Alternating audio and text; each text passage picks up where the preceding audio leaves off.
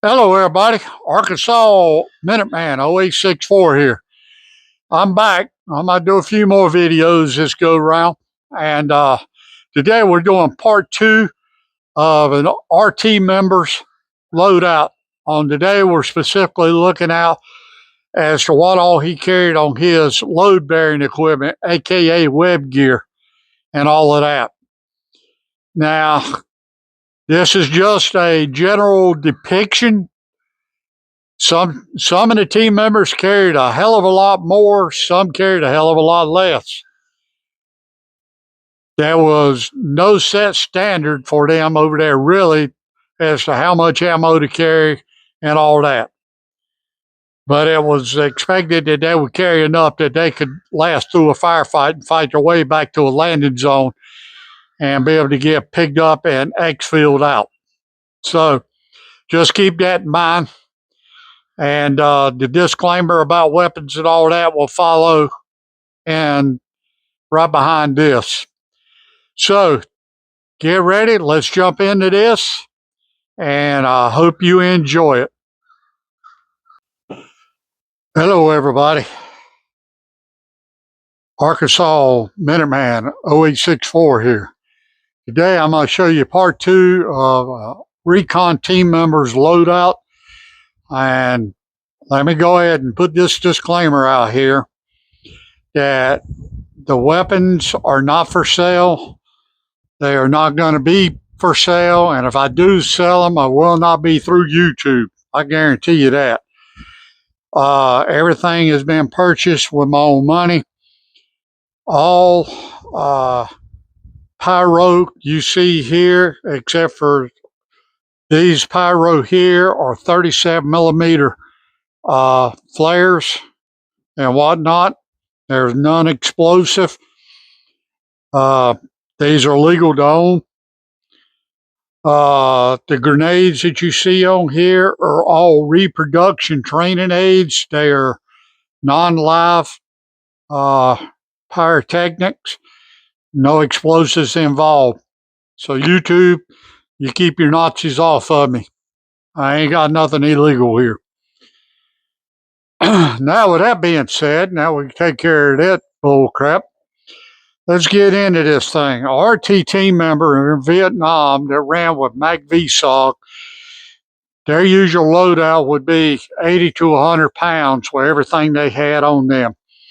In part 1, I went through and we went over what he carried on his person in the pockets of his uniform, which was most of the time tiger stripes. Later in the war, they wore their ERDL pattern camouflage. And the early part of the war, they actually started out wearing World War II camo, what we call the duck hunters camo. And they also wore their OG 107 jungle fatigues that were a lot of times spray painted with black stripes, or some of them just dyed them totally black. They kind of look like a VC uniform from a distance. So what we're going to do is we're going to start right straight up in the middle here, and we're going to start with his web gear. All of this on his web gear. Now, I know some of y'all out there are going to go, you ain't got enough magazines on there. They carried more magazines than that. Yes, some of them did. Some of them, like Blackjack, carried anywhere from 30 to 50 magazines on them. But in this case, I'm just showing a representation. Each man carried his own loadout. And when we get into part 3, which will cover rucksacks and stuff, you'll see there'll be more mags packed away in the rucksack. So, starting with this, for the most part of the war, they wore the 1956 suspenders, and they came in a short, a regular, and a long length. And they used M1956 cotton weave belt and a 1956 compass/first aid bandage pouch. Now, the way I got this one set up on here, and we're going to start up here at the top of the suspenders and work our way down. I have got a 1956 bandage pouch or compass pouch with a field dressing in it. Coming down the left arm,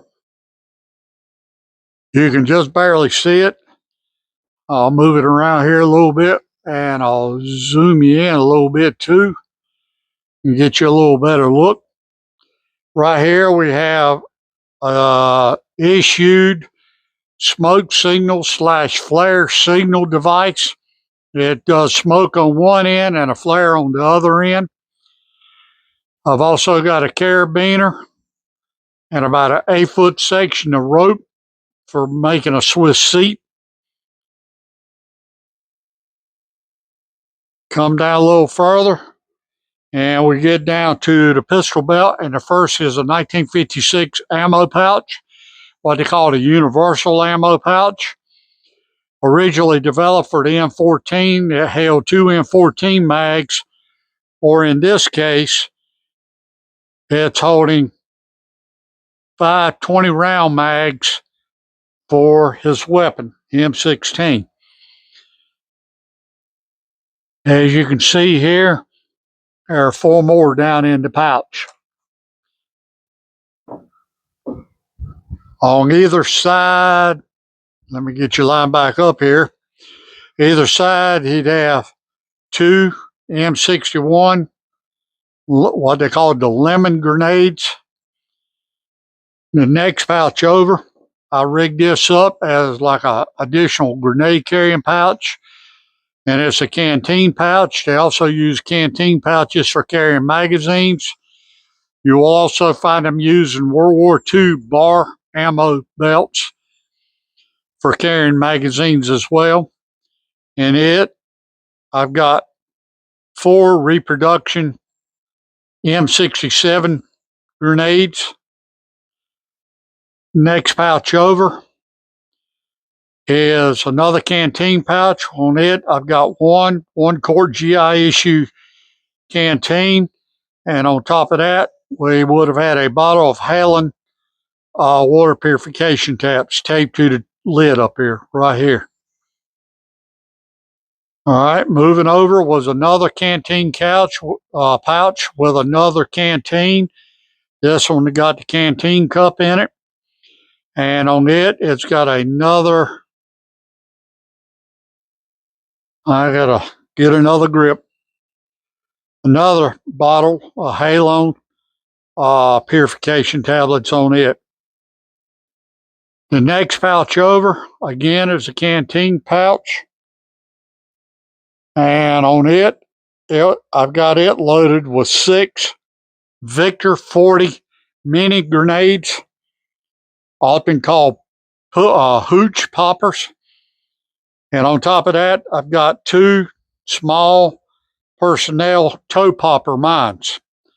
All of this is all artificial, nothing live, all reproduction. Move over to the end of the 1956 belt. Another M1956 universal ammo pouch, and it's holding 5 M16 mags also, and also have 2 reproduction training aid M61 lemon type grenades. Going up the right strap of the M1956 suspenders, I've got an Air Force survival knife taped to the suspenders, and it's also got sharpening stone in its own pouch. Then above that, the sheath of the knife, I've got an Air Force issued strobe light, and on top of that, I've got the infrared cover on it. They stuck that down in the pouch with the whole pouch facing up. So all they had to do was unsnap the top and fold the top down, and they could hit the bottom onto the button on it, and it would start flashing and be pointed up. On the back of the At the yoke of the suspenders, I've actually got an original. I'm going to try to pronounce this correctly. It's probably wrong. Excuse me. But it's albumin kit. Now, all that was a blood expander kit, and it's got the complete thing in there, the bottle, the IV tube, and the IV needle in it.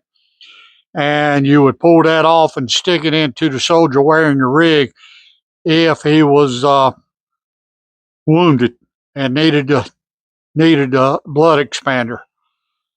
All right.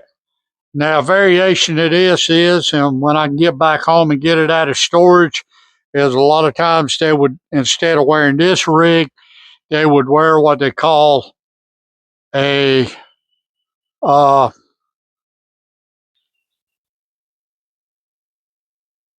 stabo rig, and that had a built-in straps that would run through their crotch area, and they would quit carrying the rope for the making a Swiss seat. All right. Now, if a guy on the team was designated a grenadier in the latter part of the war, after the XM-148 grenade launcher came out, the XM-203 came out. And this could actually be fitted on the later model of the XM-177 E1 or E2 due to the fact that they redid the flash hider modulator, and right there would allow the grenade launcher to fit up underneath the barrel, and they would drop off the lower half of the handguard and run it into the delta ring back here. All right. In this case, I've got, and this is a 37 millimeter flare launcher that is configured like the 203 40 millimeter. And this is configured on a clone of an M16A1 rifle. Below this, I've got a bandolier of rounds here for the 37. These are the air burst, what they call game scare rounds for the 37. And then the 3 bandoliers below is a mixture of smoke and flares in all 3 of these right here.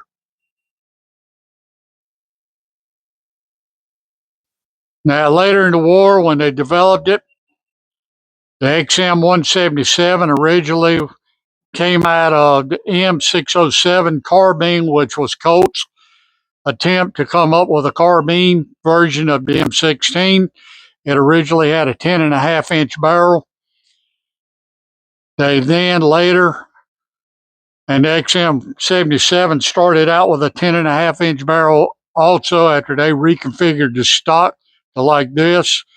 The 607 had a modified solid stock like on the M16A1 here, but it was cut off and built so that it would actually, you could pull it out or push it in. It was a 2-position stock, either all the way in or it was all the way out. There was nothing in between. On this one is a 4-position stock on here. The M4 carbines of today has a 6-position stock. Originally, they started out with 20-round mags. Later on, when the 30 rounds become available, they would get usually only 1 or 2 per person due to the lack of them being in country. And the point man usually got the majority of those. And in the very least, he would have a 30 round in there on initial contact. He would dump the entire round to break contact to get out of Dodge. Some of them would also buy the Colt scope for that Colt developed for the M16/AR-15. And if I remember correctly, it was about a 3-powered fixed scope, and they would mount it, and you can see the hole in the handguard where it was mounted right there. and they would use that. So, as a general overview, this gives you a pretty good idea of what they would carry. Yes, I know they carried a crap load of magazines, especially 20 rounders. This is just giving you a general idea. And I have had this rigged out at one point where it was 2 M1956 universal ammo cases, and I had literally 40 20 round mags on this web gear. This thing is heavy enough as it is. When you add another 10 magazines loaded on here, this web gear alone is going to weigh about 30 pounds. And even the way I got it configured now, and using reproduction grenades on here, and not even having the canteens filled up, that web gear is still weighing 20, 25 pounds as it is. So that'll give you an idea of just how much of a load that them boys carried while on recon for SOG over in Nam over there. Now, like I said, everybody varied their load. They carried what they felt like they needed. I had a cousin that spent 2.5 years running with MACV SOG over there. And his first tour over there, he was battalion commander for a mobile strike force, Mike Force. And you can go look it up on the Library of Congress. He is interviewed, and the interview was at the Library of Congress. And he plainly states that it only took him a couple of missions to figure out he didn't need all those magazines, and he didn't need all this other crap that he was carrying. And when he cut everything back, he literally carried only 4 magazines in a pouch. He carried spare meals in the other pouch, and he carried one in his weapon. He finally got where he carried no grenades because he spent all his time on the radio calling in airstrikes and calling for artillery when they were inside the artillery umbrella. And he had already quickly realized that if he got in a position where he needed more mags than what he had, there was going to be plenty of them laying around from wounded soldiers and dead soldiers out there, as well as with grenades and stuff. So it varied soldier to soldier. Now, a majority of them did carry a crap load of mags with them. Harsh just decided he wanted to do that. He said between his web gear and his rucksack, his total loadout was about 40 pounds. That was it. And we'll go into what he carried inside of his rucksack in part 3 of this when I show the different type rucks that were used by the team members and what they would pack along. So stay tuned. Part 3 will be coming out probably next week if all goes well. And in the meantime, pay attention to detail and survive.